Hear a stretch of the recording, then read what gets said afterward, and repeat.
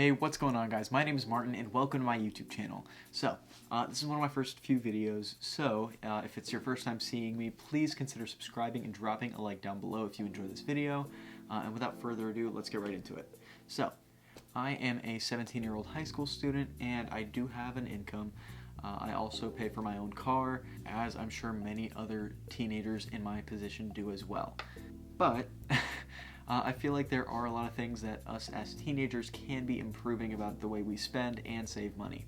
So, just to put this in perspective, according to NerdWallet, Dave Ramsey, Business Insider, and Indeed.com, they all have slightly different numbers, but the general consensus is that anyone between the ages of 16 and 19 makes about $19,000 to $24,000 a year. Now, obviously, I know that number might sound crazy, but if you have any job that pays you anywhere between $10 and $15, you're probably making about that much a year.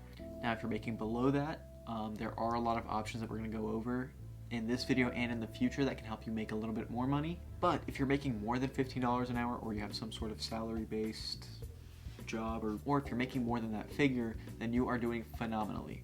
But as teenagers, I know we have a ton of different spending habits from, kid to kid. So I want to see the options we have everywhere from receiving our paychecks all the way to spending them, and hopefully saving and investing them. If you are a teen, millennial, or anyone that brings in an income and doesn't save any money, then you are in a serious issue. According to a ton of different sources, 49% of Americans cannot afford a $500 emergency expense. Now, what that means is that almost half of our nation can't save enough money to handle a $500 expense. And based on the figures we were talking about before, as teenagers, we should be making well over that, and enough to kind of handle those things. So if we learn how to handle our money now, it'll benefit us a ton in the future and probably, help that average out a little bit. So let's use that $24,000 benchmark that we were talking about earlier to kind of balance out and see where we are spending and saving wise. So I'll use myself as an example. Let's say I make $2,000 a month. That equates to about $24,000 a year. And this is all after tax, obviously. Personally, I take 10% and donate it right off the bat. And then whatever's left over, I pay off my car.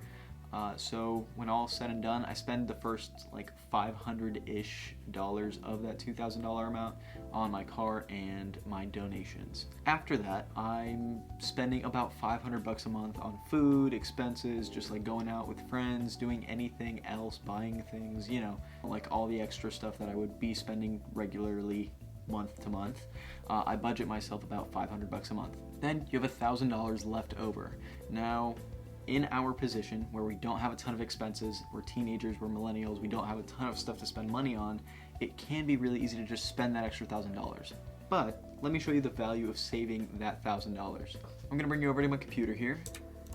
Okay, if I go over here to investment calculator, if I'm saving $1,000 a month, and let's say every single month I'm doing about $1,000 as well, the smartest way to put my money into a bank account would be in a high yield savings account.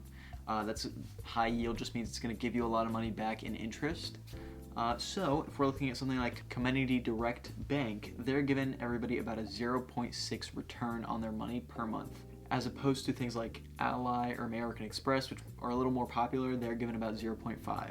So let's be generous. Let's say you're getting that $0.6 a month.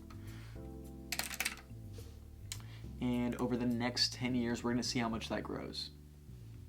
So there we go. Just by leaving the money in your bank account, not touching it, not doing anything, if you're starting off with $1,000 and then investing $1,000 a month into that account, and regardless of how much your income grows over that time, I'm not going to take that into account. Let's just say you're saving $1,000 a month and you're spending the rest of it. By the end of 10 years, you're going to have saved $120,000.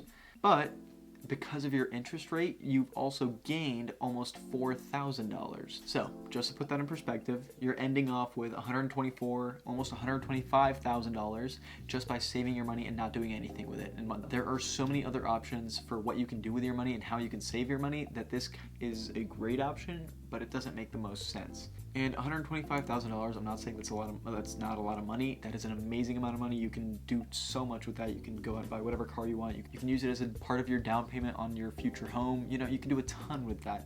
But let me show you how you can gain a little bit more. So the average return on the stock market is anywhere between 6 and 10%, maybe even up to 13%, according to some sources. But let's be completely frugal with this and say that you're getting about 7% a year. Based on a ton of sources, the average is about 7% per year over the last 100 years. So let's use that 7% return to see how much money you would make if you just put your money into a regular index fund or the S&P 500 or just any regular broad stock. If we go back to our investment calculator, let's say you're saving that same 1,000 monthly, 1,000, but your rate of return is 7%. Over the next 10 years, let's take a look at this number here. Your savings have increased immensely. Now, you've still put in that same $120,000, but because of that 7% return you're getting from the stock market, you are getting $54,000 in returns. Now, $54,000 on its own will buy you an amazing car. Like, let's take a look at the 2021 Mercedes-Benz C-Class, which is a beautiful car, convertible, or everything you could want in a car. That is just under $42,000. So you buy that and you still have money left over that you can reinvest. On top of that, let's look at one of my favorite cars at the moment, the Audi A6. $55,000. So if you wait an extra month after you turn 27, go out and buy this car in cash. You got it.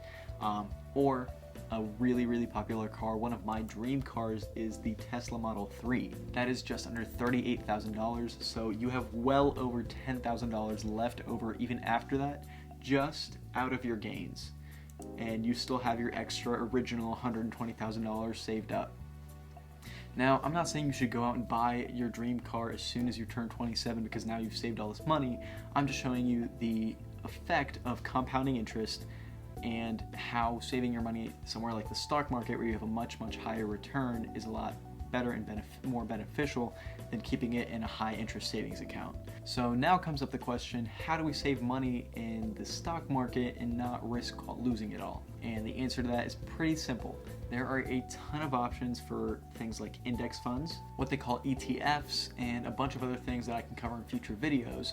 But what that means is a collection of companies versus buying into one company if you're looking at a stock.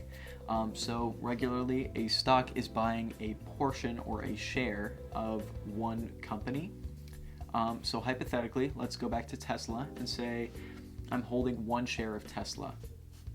That means I'm a part owner and I own X amount of dollars of Tesla. And if Tesla gains money, I gain money. But realistically, if you're investing in one company, it can become very volatile and dangerous because you can lose money very easily, but you can also gain money very easily. So a good option is something like the S&P 500. It's a collection of the top 500 stocks at any given time. So then that way, if one stock starts losing money, another one will replace it and you'll still be making money regardless, just because that trend is always going to be constantly going up.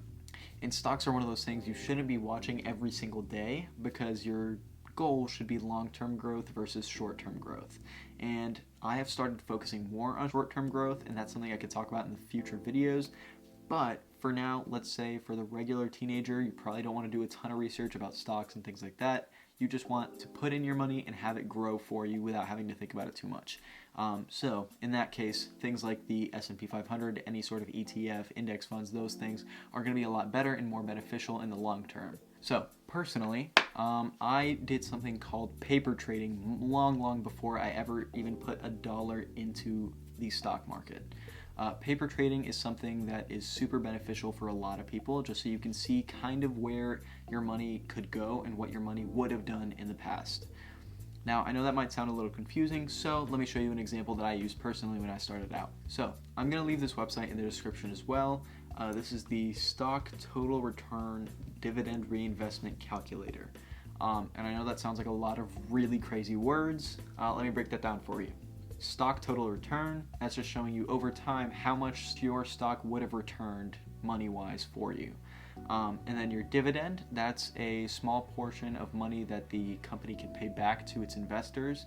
And we can, again, talk about that in future videos, but just to keep it simple, it's saying how much money you would make over time if you invested X amount of dollars. So I'm going to scroll down here, and you guys can go do this on your own if you want to play around with different stocks. But again, using Tesla as an example here, let's say I started investing the day I actually first started investing, let's say, is March 2020. That was the first day that I ever put anything into the stock market. And the reason I did that was because we reached all-time lows in the stock market, and that was actually the lowest day of the year by chance.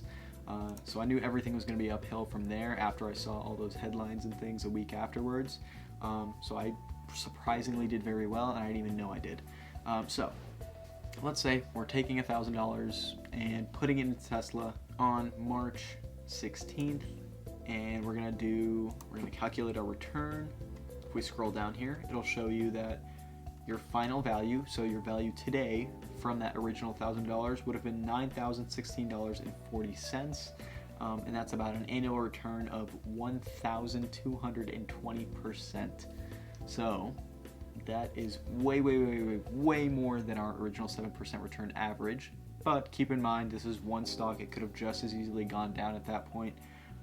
Even more, it's very rare that you're going to find something that's going to over 1,000 times X its stock price. But I'm just showing you, this is kind of how I got started.